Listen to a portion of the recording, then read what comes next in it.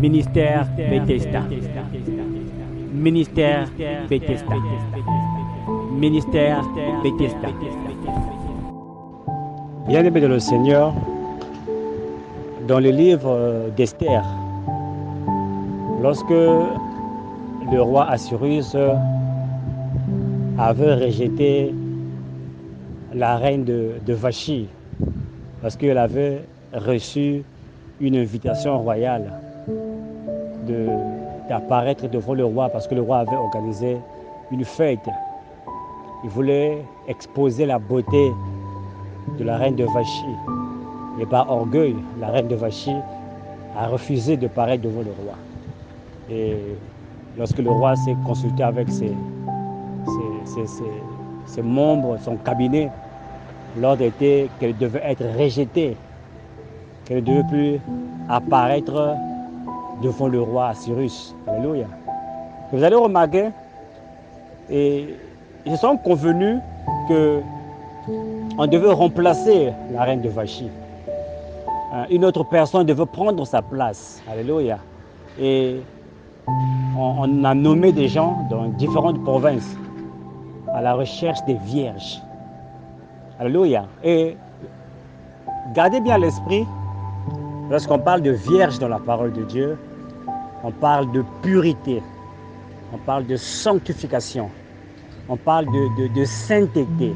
Donc les filles qui devaient être élues, belles de figure, vierges, ce sont les vertus qu'on doit retrouver dans le croyant aujourd'hui. Parce que Dieu recherche le caractère dans le croyant. Dieu recherche les vertus dans le croyant. Dieu recherche des vierges. Et lorsque on envoyait, et aujourd'hui, nous avons beaucoup de frères qui disent que moi je ne crois pas aux pasteurs. Tous les pasteurs sont des escrocs. Ils sont là pour l'argent. Bien-aimés, lisez bien la parole de Dieu. Jésus a dit qu'il y a des gens qui sont eunuques par leur propre volonté. Parce qu'ils ne trouvent pas le travail. Parce que la vie est devenue difficile, il ouvre une église. Il va faire le sacerdoce parce qu'il veut avoir de l'argent. Il y a des gens qui ont dit que tu dois être pasteur, eunuque par la volonté des hommes. Mais il y a aussi, bien-aimés, des eunuques qui le sont par la volonté de Dieu. Bien-aimé, Dieu a des serviteurs sur la terre. Alléluia. Il y a des gens que Dieu a envoyés sur la terre. Et il dit dans le livre de Jérémie, je vous donnerai des serviteurs selon ma volonté, selon mon propre cœur.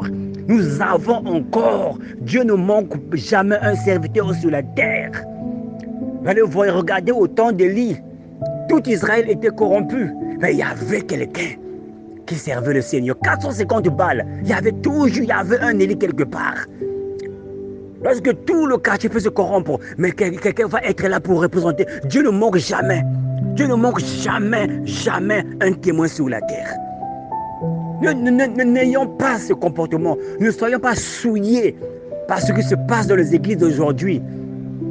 Dieu a toujours des eunuques aujourd'hui qui connaissent le goût du roi, qui sont là pour habiller Esther, qui sont là pour habiller le croyant. Parce que le rôle de l'eunuque aujourd'hui, lorsqu'on envoyait des missionnaires pour rechercher des vierges, parmi celles qui ont été sélectionnées se trouvait Hadassa, et qui fut nommée Esther, comme son oncle lui avait ordonné de ne pas révéler ses origines. Et il y a quelque chose qui attire mon attention dans cette histoire et qui nous enseigne beaucoup de choses sur l'homme de Dieu et le croyant qui va voir l'homme de Dieu. Il y a deux choses sur lesquelles je voudrais plus m'appuyer. Il y a beaucoup de leçons dans cette écriture-là. Parce qu'on parlait de la reine de Vachi, c'est déjà une leçon. La manière dont la reine de Vachi rejette le roi Cyrus, c'est déjà une leçon. Mais aujourd'hui, par la grâce de Dieu, je ne veux pas m'attarder sur ça. Ce que je voulais faire ressortir aujourd'hui par la grâce de Dieu, parce que j'ai senti ce poids dans mon cœur depuis ce matin. J'ai voulu peut-être essayer de rejeter cela, mais je sens que je dois en parler. Parce qu'aujourd'hui, il y a beaucoup de frères qui ne comprennent pas. Il y a beaucoup de sœurs qui ne comprennent pas pourquoi ils vont à l'église. Il y a beaucoup des hommes de Dieu qui ne comprennent pas c'est quoi l'Église a besoin aujourd'hui. Le croyant a besoin de quelle nourriture aujourd'hui? Qu'est-ce qui se passe sur la terre exactement? Qu'est-ce que nous attendons en tant que croyants? Quel est l'avènement que nous attendons en tant que croyants? Alléluia. Vous avez remarqué que lorsqu'on a pris toutes ces vierges-là, on les a remis entre les mains des eunuques. Alléluia. On les a remis entre les mains des eunuques. Et vous allez voir, les eunuques, ce sont des gens qui sont consacrés, qui ne se marient pas.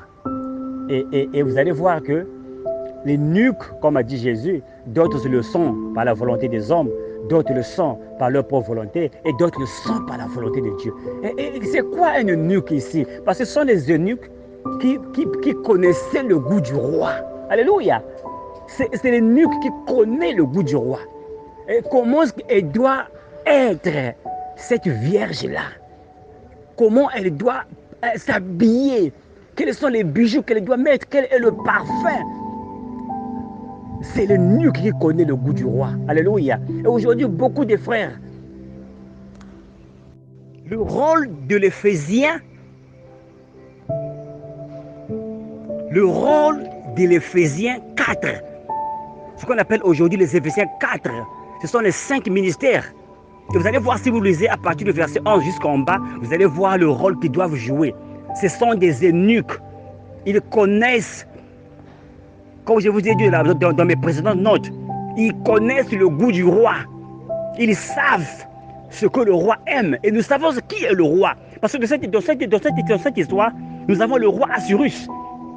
Aucune femme ne devait paraître devant le roi Assyrus si, bien-aimé de le Seigneur, il n'était pas passé par la formation, bien-aimé de le Seigneur, des eunuques. Alléluia. Le roi était dans son palais. C'est la vierge qui devait être élue.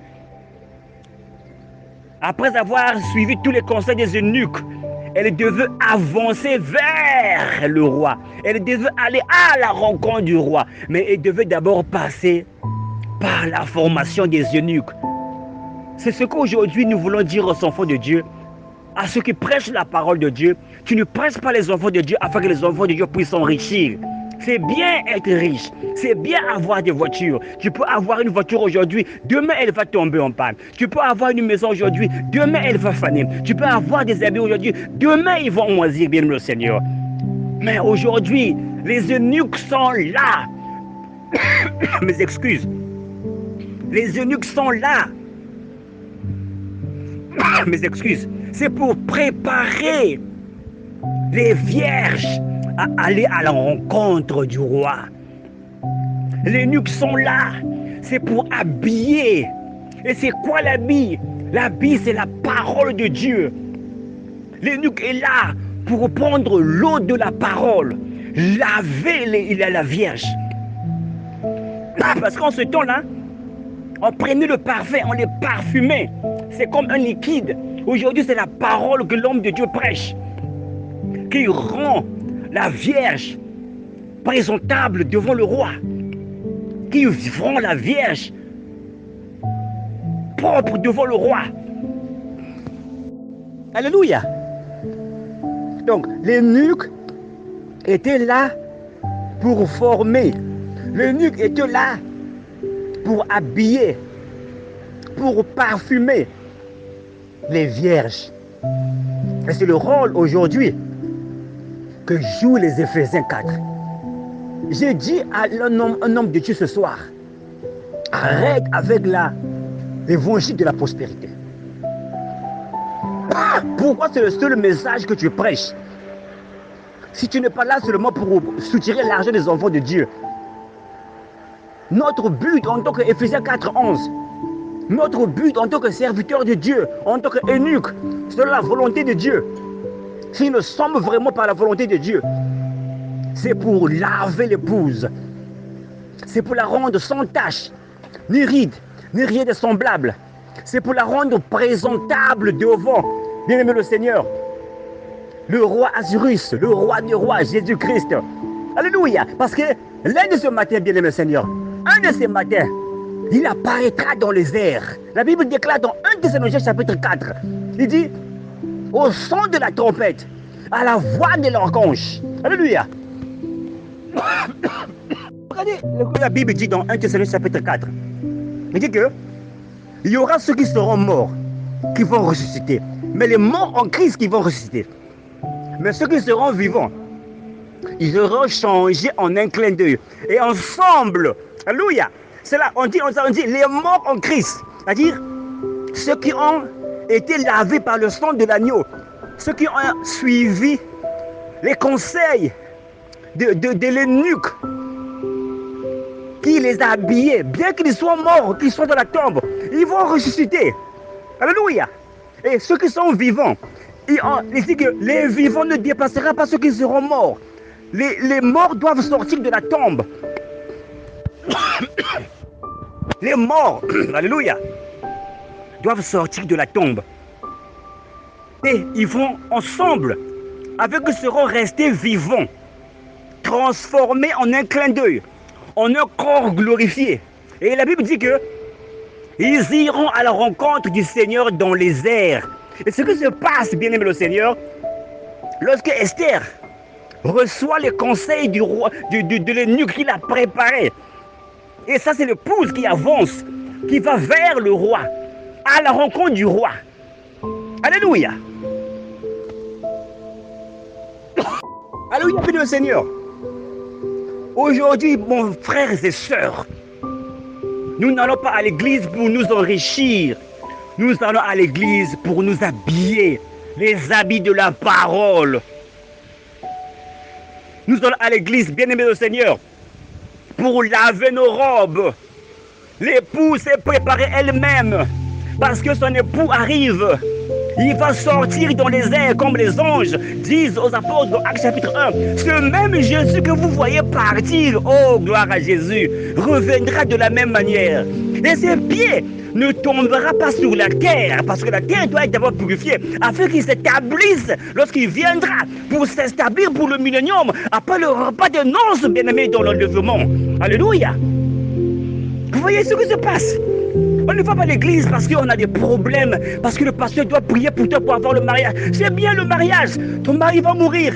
C'est bien la femme, ta femme va mourir. C'est bien les problèmes seront toujours là. Mais on va à l'église, c'est pour recevoir la parole. Cette parole, c'est une eau qui nous lave, bien-aimés de le Seigneur. Nous venons à l'église pour devenir les images de Christ, devenir des Jésus sur la terre. Recevoir la nature de Jésus. Lui, c'est comme un aimant. Parce que l'aimant ne peut jamais attirer quelque chose qui n'a pas en eux la nature de l'aimant. Lorsqu'il apparaît dans les airs, que toi, tu peux être dans l'eau, sous la terre, bien-aimé. La puissance de la résurrection qui va mourir avec toi, le Saint-Esprit en toi, va te faire sortir, va te ressusciter, bien-aimé le Seigneur. Et tu iras à la rencontre de ton Seigneur dans les airs. Ce Dieu que tu as tant chanté, ce Dieu que tu as tant aimé. Mais aujourd'hui, nous sommes dans la préparation, bien-aimé Seigneur. Nous allons à l'église pour nous préparer. Et la parole de Dieu, c'est comme un miroir. Je répète, la parole de Dieu pour nous, c'est un miroir. On se regarde tous les jours. On regarde là où il y a des taches. On regarde là où il y a des wrinkles. Et on nettoie cela. Parce qu'on attend son époux. On va à la rencontre. Et vous allez remarquer dans l'histoire de Esther et le roi Assyrus. Alléluia. C'est Esther qui est le type de l'épouse, le croyant, le racheté, qui va à la rencontre. Et ce que se passe lorsque Christ viendra, ses pieds ne toucheront pas sur cette terre. Cette terre est souillée. La terre doit être d'abord nettoyée.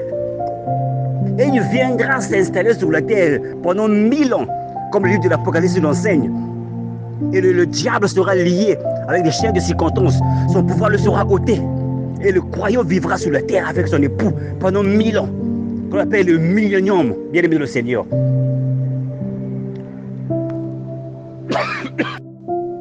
L'eunuque, je répète, en résumé, l'eunuque, lui, il connaît le goût du roi. Il est en train de te préparer, toi qui manques les services. Toi qui ne veux pas lire la Bible. Toi qui ne veux pas écouter les messages qui sont postés sur le net. Mais comment est-ce que tu vas être préparé à rencontrer le Seigneur? Comment est-ce que tu vas recevoir l'habit de noces? Tu ne veux pas suivre l'exemple de l'eunuque qui a été mis à ta charge selon le cœur de Dieu. Alléluia. Bien-aimé le Seigneur, on attend un grand événement. C'est la venue du Seigneur. C'est la venue de Dieu. Beaucoup de chrétiens ne sont pas conscients de cela. Pasteur, j'ai un problème. Pasteur, j'ai des problèmes. C'est bien tout ça. Mais bien-aimé, est-ce que tu es conscient que mon Dieu revient bientôt? Je dois être vrai. Alléluia. Laisse, même si je dors ce jour-là, j'entendais, bien les autres entendraient cette voix qui a crié à la tombe de Lazare. Oh, bien-aimé le Seigneur, comment Lazare est sorti, c'est la même manière, bien-aimé. Même si tu es mort, peu importe l'endroit, tu sortiras, si tu es mort en Christ. Raison pour laquelle nous allons à l'église aujourd'hui. Matthieu chapitre 6, verset 23. Cherchez d'abord le royaume des cieux. Cherchez d'abord le royaume des cieux. Le reste dont nous cherchons le mariage, ce sont des ajouts, ce sont des cadeaux. Maccabi sur tout ça. Mais on est là pour se préparer. On s'habille de l'habit de noces. On s'habille de la parole. On se revêtit de la parole. Parce que le Messie revient bientôt. Parce que le roi des rois, on va à sa rencontre. Comme Esther va aller à la rencontre du roi Assyrus. Ce n'est pas le roi Assyrus qui est venu. Il arrive là, il s'arrête dans les airs comme Isaac et Rebecca. C'est Rebecca qui va à la rencontre d'Isaac. Alléluia. Lorsque Rebecca voit Isaac, elle voit son futur. C'est le type de l'épouse qui va à la rencontre de Christ, bien-aimé de le Seigneur. Alléluia. Il s'arrête dans le champ Isaac. Et voilà Rebecca qui avance pour rencontrer. C'est toi et moi. Nous irons à la rencontre de Christ.